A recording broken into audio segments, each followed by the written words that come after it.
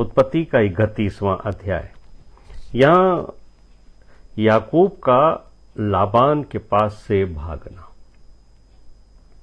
पिछले अध्यायों में हमने इस बात को देखा था कि किस तरीके से याकूब और लाबान के बीच के अंदर पारिवारिक संबंध तो थे ही, क्योंकि लाबान याकूब का मामा था। और जब रिबका ने अपने बेटे याकूब को अपने भाई के घर पे भेजा था, तो उसके पिता इसहाक ने और उसकी मां रिबका ने उसको ये सलाह दी थी कि तू अपने मामा की ही किसी बेटी से विवाह कर लेना।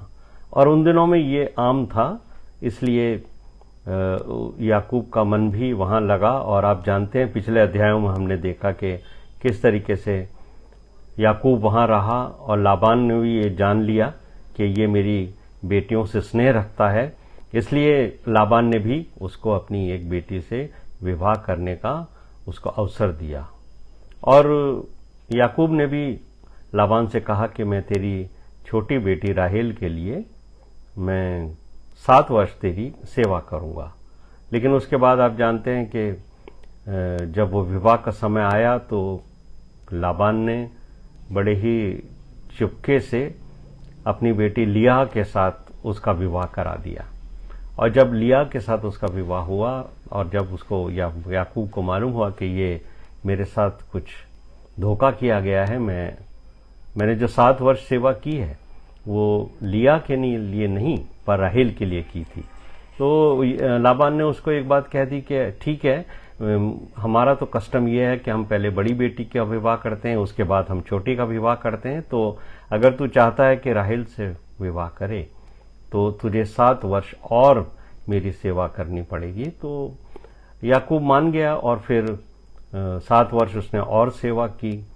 और जब 14 वर्ष हो गए और दोनों पत्नियों से, पिछले दिनों हमने इन अध्याय में पढ़ा था कि उसको बहुत सारे बाल बच्चे हो गए। और अब एक ऐसा समय आया कि यहोवा परमेश्वर ने उसको यानी याकूब को ये याद दिलाया कि यहां से अब निकलकर तू अपने पिता के घर चला जा, जहां मैंने अब्राहम को जिस स्थान का वादा किया था कि तू वहां रहेगा, मैं तेरे लिए तुझे वंश दूंगा, तुझे बहुत संपत्ति दूंगा, घर दूंगा, जमीन दूंगा। तो लाबान से बिना कुछ कहे जब वो निकलने लगा, उस अध्याय को आज हम स्टडी करेंगे। और यहां पर लिखा है पहले 31वें अध्याय के पहले पद में, फिर लाबान के पुत्रों की ये बातें याकूब के सुनने में आईं। याकूब ने हमारे पिता का सब कुछ छीन लिया है और हमारे पिता के धन के कारण उसकी ये प्रतिष्ठा है। और याकूब ने लाबान के मुख पर दृष्टि की और ताड़ लिया कि वह उसके प्रति पहले के समान नहीं है। तब यहोवा ने याकूब से कहा, अपने पितरों के देश और अपनी जन्मभूमि को लौट जा और मैं तेरे संग रहूंगा।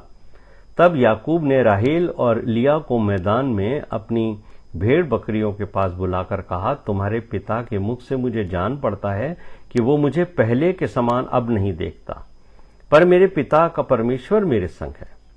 तुम भी जानती हो कि मैंने तुम्हारे पिता की सेवा शक्ति भर की है, फिर भी तुम्हारे पिता ने मुझसे छल करके मेरी मजदूरी को 10 बार बदल दिया, परंतु परमेश्वर ने उसको मेरी हानि करने नहीं दिया। जब उसने कहा, चित्ती वाले बच्चे तेरी मजदूरी ठहरेंगे, तो सब भेड़ बकरियां चित्ती वाले ही जनने लगीं। और जब उसने कहा कि धारी वाले बच्चे तेरी मजदूरी ठहरेंगे, तब सब भेड़ बकरियां धारी वाले जनने लगीं। इस रीति से परमेश्वर ने तुम्हारे पिता के पशु लेकर मुझको दे दिए। भेड़ बकरियों के गाभिन होने के समय मैंने स्वप्न में क्या देखा कि जो बकरे बकरियों पर चढ़ रहे हैं वे धारी वाले, चित्ती वाले और धब्बे वाले हैं। तब परमेश्वर के दूत ने स्वप्न में मुझसे कहा, हे याकूब। मैंने कहा, क्या आज्ञा है? उसने कहा, आंखें उठाकर उन सब बकरों को जो बकरियों पर चढ़ रहे हैं देख कि वे धारी वाले, चित्ती वाले और धब्बे वाले हैं, क्योंकि जो कुछ लाबान तुझसे करता है वो मैंने देखा है। मैं उस बेतेल का परमेश्वर हूं जहां तूने एक खंबे पर तेल डाल दिया था और मेरी मन्नत मानी थी। अब चल उस देश से निकलकर अपनी जन्मभूमि को लौट जा। तो यहां पर हम देखते हैं कि इस अध्याय के शुरुआत में ही जो बात मुझे और आपको देखने को मिली कि लाबान के जो ये पुत्र थे, जब उन्होंने देखा कि याकूब की संपत्ति तो बहुत बढ़ती जा रही है और हमारा जो पिता है उसकी संपत्ति में तो कोई वृद्धि नहीं हो रही है, क्योंकि वहां जो संपत्ति हुआ करती थी वो पशुओं से गिनी जाती थी। कितनी भीड़ है, कितने ऊंट हैं, कितने गधे हैं, कितनी बकरियां हैं। तो अब जब सारी बकरियां और भेड़ें जो हैं वो चित्ती वाले बच्चों को जन्म देने लगी, तो ये तो लाबान के और उसके बीच में यह समझौता हुआ था, याकूब के और लाबान के बीच में, कि अगर चित्ती वाले बच्चे होंगे तो वो हमारे कहलाएंगे, याकूब के कहलाएंगे। तो अब जब चित्ती वाले ही बकरियों में भी बच्चे होने लगे और भेड़ों में भी होने लगे, तो सीधी सी बात है कि वो सारे याकूब के ठहरने लगे। तो धीरे धीरे याकूब के संपत्ति तो बढ़ने लगी, उसके जानवर, उसके पशु बढ़ने लगे और लाबान के जानवर और पशु कम होते चले गए। तो ये देखकर लाबान के जो पुत्र थे उनको याकूब से जलन होने लगी, और जब उनको जलन होने लगी तो उन्होंने अपने पिता लाबान के कान भी भरना शुरू करा कि ये तो सारी संपत्ति अपनी जाती जा रही है, ये तो याकूब धनी होता चला जा रहा है। ये इनके घर के अंदर जो है वो फैमिली प्रॉब्लम होने लगी। लाबान वैसे भी चालाक था, ऐसा नहीं है कि लाबान जो है वो सीधा साधा था, वो भी बहुत तेज था और चालाक था। उसने बहुत धोखा भी दिया था याकूब को, लेकिन अब वो ये महसूस करने लगा कि लाबान को ये लग गया कि धीरे धीरे याकूब मुझसे ज्यादा जो है वो संपत्ति में आगे बढ़ने लगा। इसलिए ये जो बात लिखी है कि याकूब को ये लग गया लाबान के चेहरे से कि अब ये मुझसे उतना प्रेम नहीं करता है। और ये तो हम भी देखते हैं कि अगर कोई व्यक्ति हमारे से रुष्ट है, नाराज है, उसके मन में कोई क्रोध है, जलन है, तो उसके चेहरे से, उसके हाव भाव से हमें पता पड़ जाता है कि ये व्यक्ति वैसा प्रेम मुझसे नहीं रखता है। तो यहां पर हम इस बात को देखेंगे कि बाइबल भी मुझे और आपको बताती है। अगर आप याकूब की पत्री निकालें, 3 अध्याय उसके 16वें पद को निकालें, तो यहां पर स्पष्ट तौर से एक बात लिखी हुई है। याकूब की पत्री 3 अध्याय उसके 16वें पद में लिखा है, क्योंकि जहां डाह और विरोध होता है वहां बखेड़ा और हर प्रकार का दुष्कर्म भी होता है। तो जहां पर झगड़े होंगे, डाह होंगे, जहां पर एक दूसरे का विरोध होगा, वहां पर क्या होगा? बखेड़ा ही होगा वहां। तो ये जो इसके जो बेटे थे याकूब, लाबान के, उन्होंने अपने मन के अंदर क्रोध पैदा कर लिया, इसलिए ये सारे बखेड़ा शुरू होने लग गया कि ये जो समस्या है वो अब बढ़ने लग चली गई और याकूब के प्रति लाबान का व्यवहार भी बुरा होने लग गया। इसी बात से याकूब ने पहचान लिया कि लाबान के चेहरे से कि अब ये मुझसे उतनी प्रीति नहीं रखता है। इसलिए यहोवा ने याकूब से कहा, क्या कहा? कि अपने पिता के यानी अपनी जन्मभूमि के ऊपर घर तू चला जा, निकल जा यहां से। और ये भी कह दिया कि मैं तेरे संग रहूंगा, तो फिक्र मत करना, मैं हमेशा तेरे साथ हूं, यहोवा परमेश्वर ने कहा, और इस जर्नी में भी मैं तेरे साथ रहूंगा। याकूब को ये बात परमेश्वर पहले भी कह सके। अगर आपने याकूब की पत्री जेनेसिस चैप्टर 30 उसका 25वां पद पढ़ा है, तो पहले भी एक बार परमेश्वर ने याकूब से कहा था कि तू अपने पिता के घर लौट जा। उस समय क्या हुआ था कि जब लाबान से याकूब ने कहा कि परमेश्वर मुझे कहता है कि मैं अपने पिता के घर लौट जाऊं, तो लाबान बड़ा इमोशनल हो गया और उसे कहने लगा, देख याकूब, तेरी वजह से ही तो मेरे इतना धन संपत्ति बढ़ रही है, मैंने जान लिया है। अगर आप उसको पढ़ोगे तो वहां पर लाबान याकूब से कहता है कि मुझे मालूम है कि तेरा जो परमेश्वर है वो तेरे साथ रहता है और उसी वजह से उसने तुझे आशीर्वाद दिया है, उसका आशीर्वाद का फल मुझे मिल रहा, तो मुझे छोड़कर मत जा, तू जो कहेगा वो मैं तेरे साथ करूंगा। तो फिर ये इनके अंदर पैक्ट हुआ था कि चित्ती वाले, धारी वाले बच्चे जो हैं वो मेरे कहलाएंगे। यहां से जब उसकी संपत्ति बढ़ने लगी तो करीब 6 वर्ष और रहा वो वहां पर। तो याकूब जो है वो करीब 20 वर्ष जो है लाबान के घर के अंदर रहा और उसने काम भी किया, धन संपत्ति भी बढ़ाई, मजदूरी भी ली। लेकिन लाबान बड़ा चालाक आदमी था, उसने कई बार जो है वो उसकी मजदूरी पलट दी, यानी 10 बार पलटी। ये कहां से पता पड़ता है? ये बाइबल में लिखा है। और ये बात याकूब ने अपनी पत्नियों से कहा। अब जब ये उसको मालूम हो गया कि याकूब जो है, लाबान जो है, वो याकूब को फील होने गया कि ये मेरे से अच्छा व्यवहार नहीं रखता है, तो याकूब क्योंकि परदेश में था तो उसको लगने लगा कहीं ऐसा ना हो कि ये मेरी संपत्ति छीन ले। इसलिए उसने अपनी पत्नियों को बुलाया, दोनों को बुलाया, राहेल को भी बुलाया और जो दूसरी पत्नी थी उसकी, उसको भी बुलाया। दोनों को बुलाकर कहा, देख लिया और राहेल, तुम्हारा जो पिता है ना, आजकल वो मुझसे कुछ खफा है, और देखो मैंने उसकी भरपूर सेवा की इतने साल, अब मेरी धन संपत्ति बढ़ गई है और तुम जानती हो कि तुम्हारे पिता ने मेरे साथ क्या क्या किया है। सारी बात उसने बड़े अच्छे से समझाई। अब पिछले अध्यायों में जो हमने स्टडी करी थी तो हमने देखा था कि राहेल में और लिया के अंदर कभी भी बनी नहीं, दोनों बहनों में। दोनों बहनें एक दूसरे के लिए कुछ न कुछ मन में क्रोध रखती थी, डाह रखती थी, और दोनों ये चाहती थी, क्योंकि याकूब कॉमन हस्बैंड था, वो चाहती थी कि मेरा पति मेरे साथ तो रहे, पर राहेल चाहती थी कि वो लिया के साथ नहीं रहे, और लिया जो है वो चाहती थी कि वो राहेल के साथ नहीं रहे।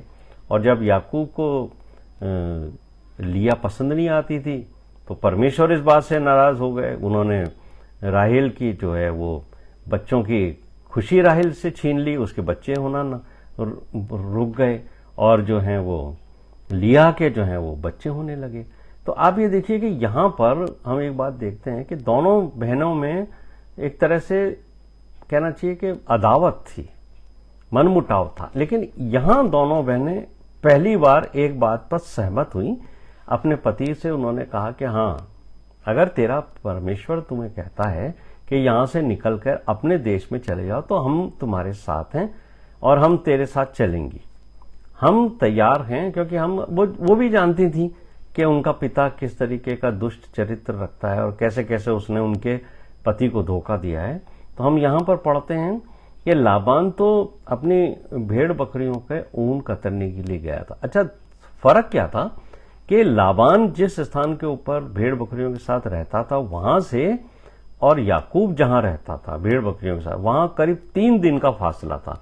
उस जमाने में लोग पैदल चला करते थे, तो अगर किसी को किसी से मिलने जाना पड़ता था तो उसका जो डिस्टेंस काउंट किया जाता था वो दिन और रात के हिसाब से किया जाता। तो 3 दिन अगर आप चलकर लाबान मिलने मांगे याकूब से तो उसको 3 दिन चाहिए था। इस बात का फायदा इसने उठा लिया।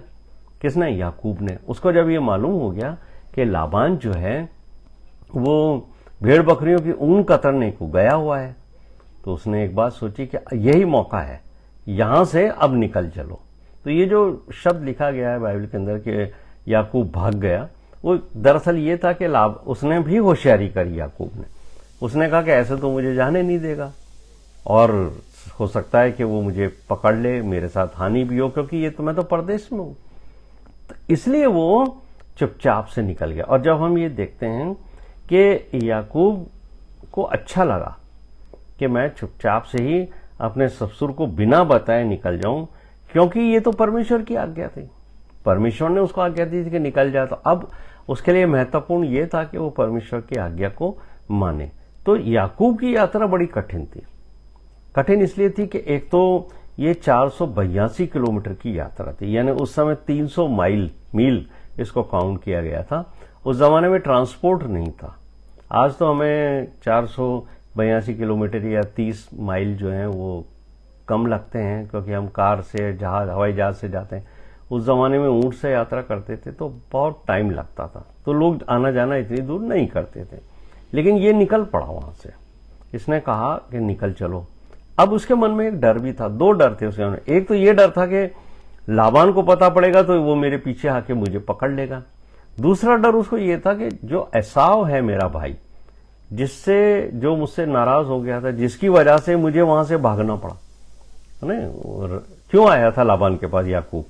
क्योंकि वो दाल का चक्कर हो गया था और दाल जो है एसाव ने क्या नाम है याकूब से ले ली थी और पहलोटे का हक दे दिया था। उसकी वजह से जब वो पहलोटा बन गया था तो उसका पिता इसाक ने याकूब को ब्लेस कर दिया था, उसको आशीर्वाद दे दिया था। ये बात से एसाव बहुत चिढ़ गया था और एसाव ने कहा कि मेरा पिता मरने वाला है, मरने के बाद मैं याकूब की हालत खराब करूंगा।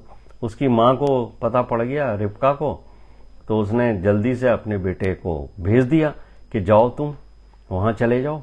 कहां पर? मेरे भाई के घर चले। तो याकूब को ये तो मालूम था कि मेरा जो भाई है एसाव वो मुझसे नाराज है, अब उसको वापस भी लौटना है।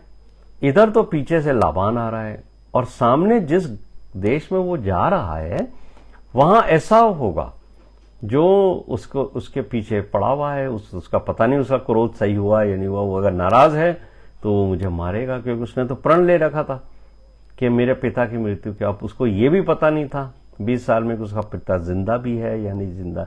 तो इसी कसम कश के अंदर वो आगे बढ़ रहा था। ये जो बात मैंने आपसे कही कि कठिन यात्रा थी, तो ये दो तरह से कठिन थी।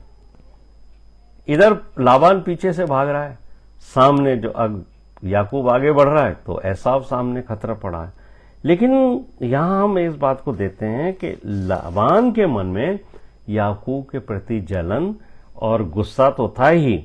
याकूब परदेश में था, याकूब लाबान उसको नुकसान पहुंचा सकता था, इसलिए एक दिन रात में यहोवा परमेश्वर ने लाबान को सपने में दिखाई देकर उसको डरा दिया। उसको क्या कहा कि याद रखना, तू जा तो रहा है याकूब से बात करने, लेकिन तू उसे कोई नुकसान मत पहुंचाना। हाँ, ये बात परमेश्वर ने लाबान को सपने में आकर के कह दी।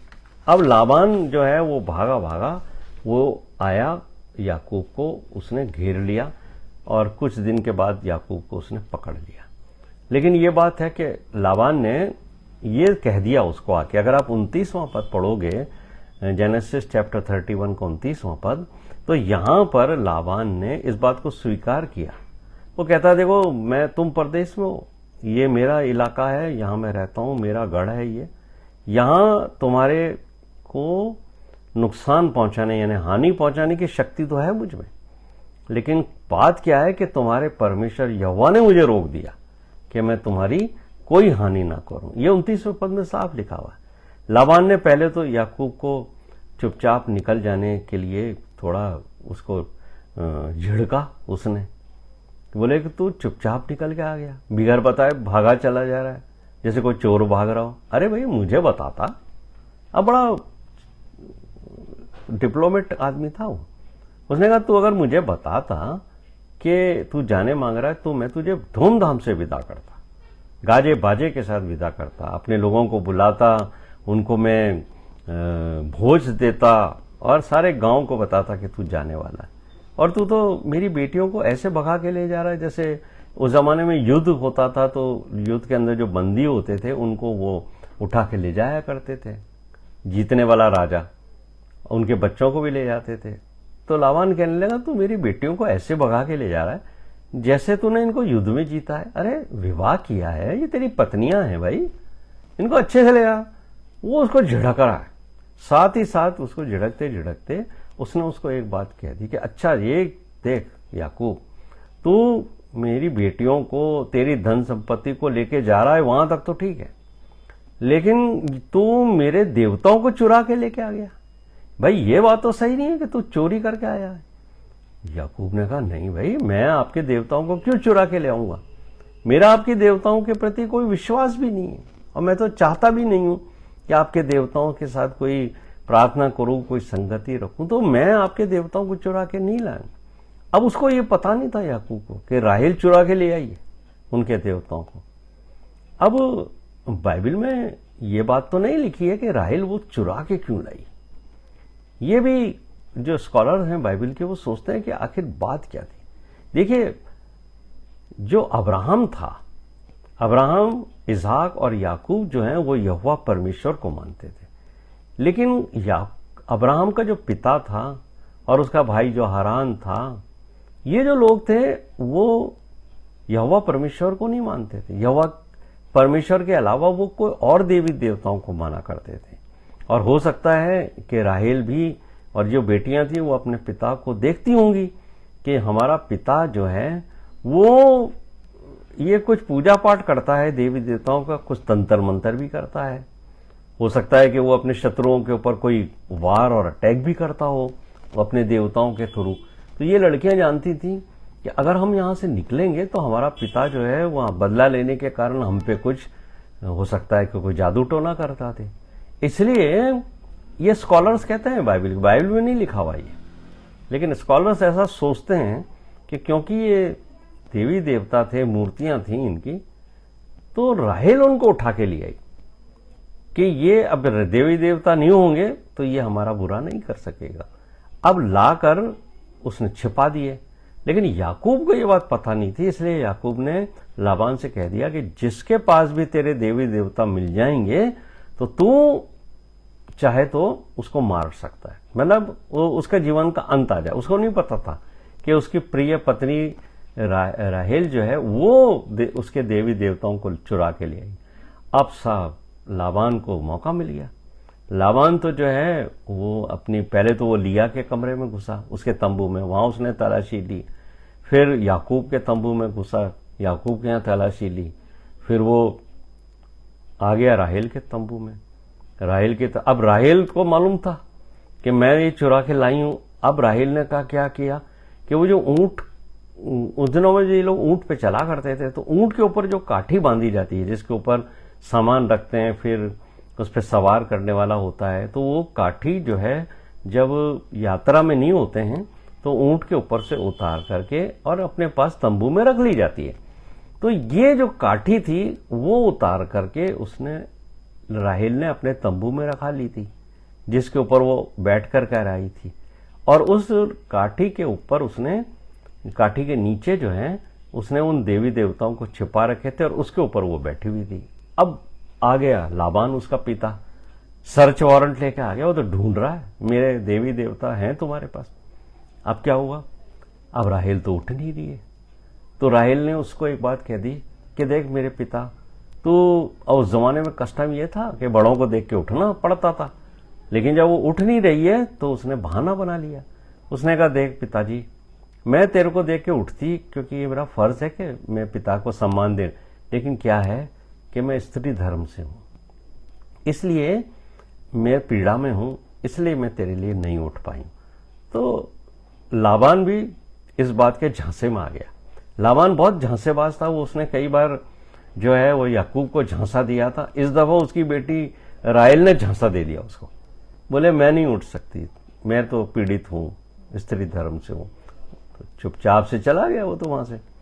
अब ये नहीं लिखा कि उसके बाद क्या हुआ उन देवी देवताओं का, लेकिन यहां जो है जब वो बाहर निकला तो याकूब ने उससे पूछा कि तुझे तेरे देवी देवता मिले क्या, कि नहीं मिले। तो फिर याकूब को मौका मिल गया, याकूब चढ़ गया उसके ऊपर कि तूने मेरे ऊपर झूठा इल्जाम लगाया और ये है वो है।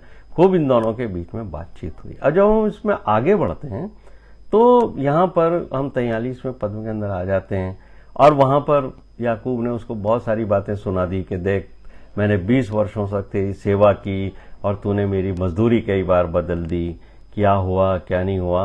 और 43वें पद में याकूब से लाबान ने फिर एक बड़ी ही नम्रतापूर्वक बात कही और कहा देख भाई आपस में हम तो संबंधी हैं और ये जो मेरी बेटियां हैं ये तो मेरा ही खून है, और ये जो बच्चे तुझे मेरी बेटियों से मिले हैं, ये जो मेरे नाती हैं, पोता पोती हैं, ये तो मेरा ही खून मेरा ही मांस है। तो मैं इनकी बुराई थोड़ी करूंगा, मैं इनको हानि थोड़ी पहुंचाऊंगा, लेकिन अच्छा हो कि हम दोनों मिलकर के इस बात का प्रण कर लें कि ना तो तू मुझे हानि पहुंचाए ना मैं तुझे हानि पहुंचाऊं।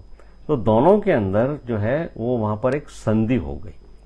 उस जमाने में कहते थे कि दोनों ने मिलकर एक वाचा बांध ली। और क्या वाचा बांधी कि भाई हम ये साक्षी लेते हैं, वाचा बांधते हैं कि हम एक दूसरे की हानि नहीं करेंगे। और वाचा बांधने में उन्होंने पत्थरों का ढेर इकट्ठा किया और एक बड़ा पत्थर जो है वो खड़ा किया एक विटनेस के रूप में। तो याकूब ने जो है उसके जो एक पत्थर का खंबा खड़ा कर लिया और अपने जो उसके जो सेवक थे उनको उसने कहा कि पत्थरों का ढेर लगाओ। तो उनके सेवकों ने पत्थरों का ढेर लगा दिया। और एक बड़ा पत्थर खंबे के रूप में खड़ा कर दिया। अब आप देखिए कि इस बात के लिए कि वाचा बांधी जा रही है, जो लोग लाबान के साथ आए थे वो उन्होंने भी बैठ के उसी पत्थर के पास भोजन किया, और जो याकूब के दास दासियां थे उन्होंने भी वहां बैठ के भोजन किया।